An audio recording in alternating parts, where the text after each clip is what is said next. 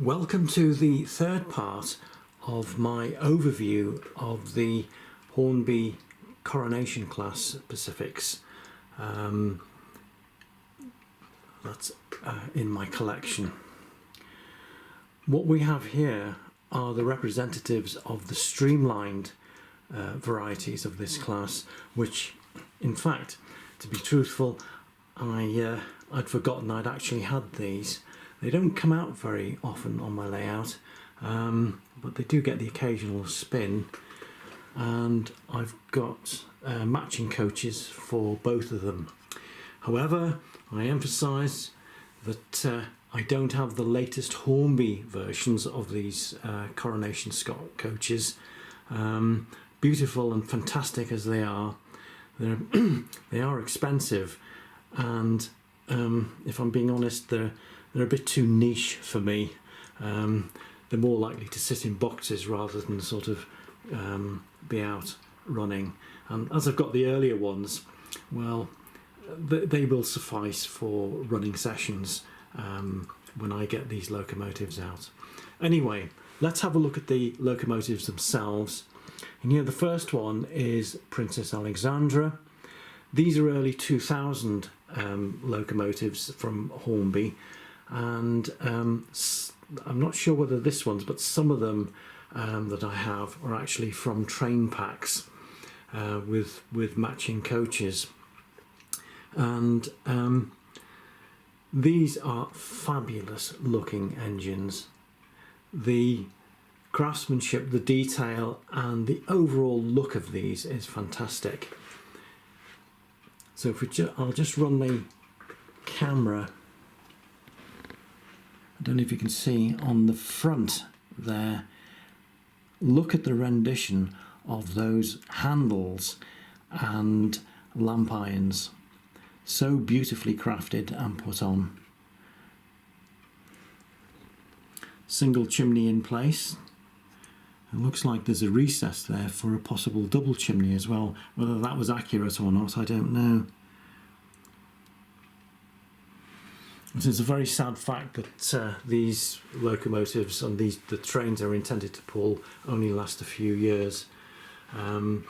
So we had the splendid sight in the late 1930s of seeing the competition between these locomotives running on the West Coast main line, and of course the magnificent A4s running out of King's Cross with their streamlined trains. What a spectacle that must have been back in the day. The only thing on this I would point out, which I'm not too sure about, are the blue wheels. I'm not entirely convinced that they ever had blue wheels. So why Hornby saw fit to do that, whether it was just an idea or they thought it would set the locomotive off, I don't know. But the blue doesn't really match. But there we go. It's there. And it is a fine looking locomotive. Moving on, we move to the Maroon version of these. This one is 6220 herself, Coronation. This is definitely within a train pack with, did it come with matching coaches or the highly detailed Mark Stanier period 3 coaches? Can't remember. Again, we've got the fantastic detail at the front, and it's finished in silver. It really is quite beautiful, the way that looks. Looks much better to me without the wheels being painted other than black. It suits it well. So they obviously didn't feel the need to do that, or maybe they had second thoughts about it. I don't know. Love the graphics on this. Very Art Deco. Very Art Deco indeed. Of course, you can see one of these locomotives exactly like this in York Railway Museum. Duchess of Hamilton is now decked out in this streamlined casing. It is presents quite a magnificent sight. Again, the handrails in silver. It's a nice touch. And what's the one here? Duchess of Devonshire. Again, you can see it's pretty much the same.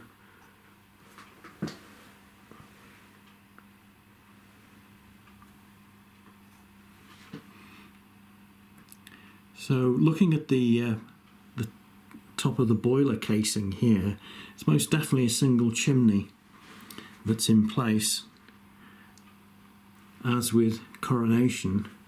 But if we look at Princess Alexandra, it looks like there's a mounting for a double chimney.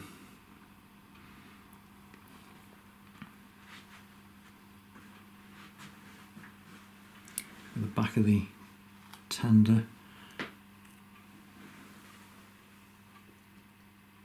Is that a coal pusher they have on the back? I would imagine it is. And you can see also the extended sides which were placed on these tenders to give the whole ensemble a streamlined, unified look. Obviously the go faster stripes down the middle of the coaches helped, but the extended side sheet on the tender also helped to create that sort of go faster look to the appearance of the train. What a sight it must have been.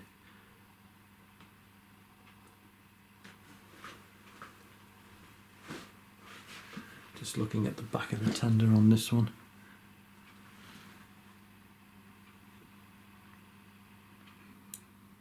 Looks like is that the coal pusher? Did they have a... Must have had a coal pusher, or did that come a bit later? And the next one I've got here is Duchess of Gloucester.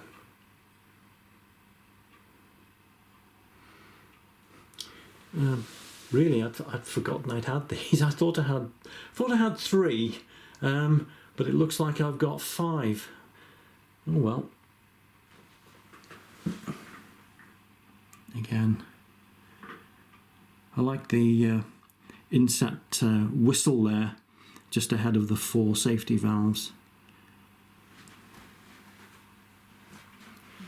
And we can see the frontal aspect on model railway locomotives is so important, particularly steam locomotives and diesels as well, because I mean the diesels have a profusion of pipes and leads and things, and if you don't have them on your models, in my view, you're missing out in terms of getting them to look as realistic as possible. Of course, people have different motivations for the way they run their model trains, so I'm just giving my own personal opinion. Anyway, I mean these were magnificent achievements by Hornby back in the early 2000s. I mean they've captured the essence of these locomotives so well. They did bring them out in the 70s, didn't they? And the 80s, using the Flying Scotsman or the A3 chassis. Didn't look right at all. Looked a bit short and stumpy. But there we go. One thing I will say, I know I've gone on about the limitations of the rear trailing truck, and on the streamlined versions, it didn't matter so much because you can't see, underneath. You can't see any daylight underneath the streamlined casing, so they got away with it a bit more there. Now moving on, I cannot find words to describe how fabulous this looks. There aren't enough superlatives in my English vocabulary to describe what we see here. King George VI in its streamlined version. Look at those wheels. Heavens above. It's not just that they're finished in silver and then you've got the speedometer on the rear set of drivers there. You can just about see it. But you've actually got the shape of the wheels where the spokes join the wheel, the way it's angled out. That is absolutely fabulous. And I don't know if you can see it, the colour is deeper and richer. The gold stripes, they look like gold leaf to me, but I doubt very much whether they really are. And each of those gold stripes along the boiler casing are edged in black. It is absolutely stunning. And if we look at the frontal aspect of the locomotive, don't know if you can just see it there. They've got the handles, the grab handles, and the lamp brackets. But the grab handles at the top are not just applied into that front casing. There are inlets, miniature little inlets that are ingressed into that that frontal casing there, which the silver handles sit in. So there's, what I'm trying to say is it's almost three-dimensional.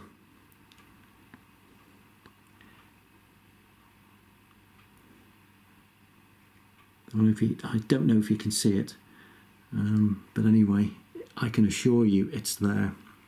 Double chimney on this one, so this obviously must have benefited from the test results from Duchess of Abercorn, which I'll give you a brief summary of at the end of this video showing.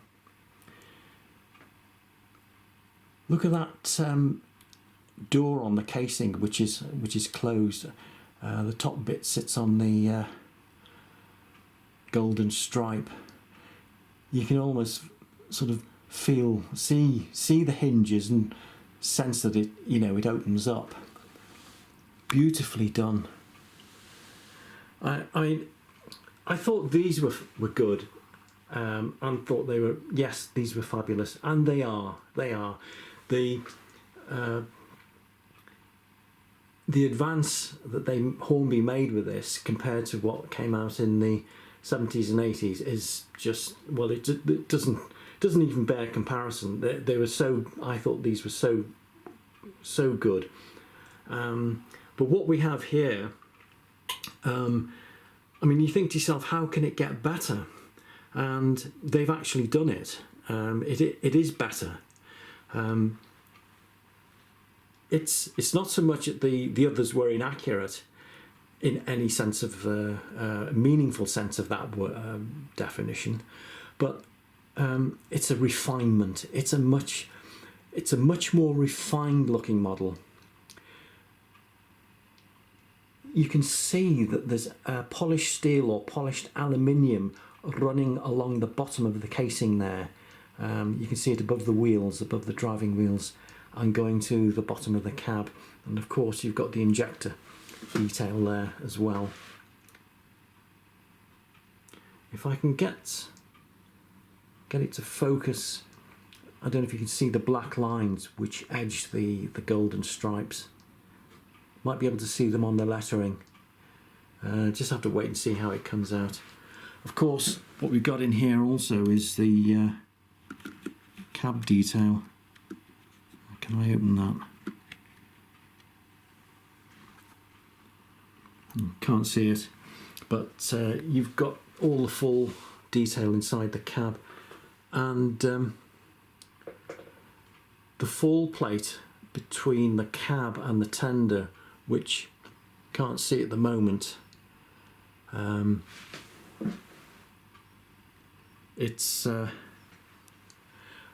it's all meshed in like a metallic polished steel mesh on it. It looks fabulous. You've got the doors on there as well. You can just about see them. In the back of the tender. So yeah, the inside of the back of the tender is painted black, which is probably correct. On the inside of the streamlining casing on the tender is in that maroon. It's a very nice touch. So there we have it. We have my full collection of Stanier Coronation Class Pacifics.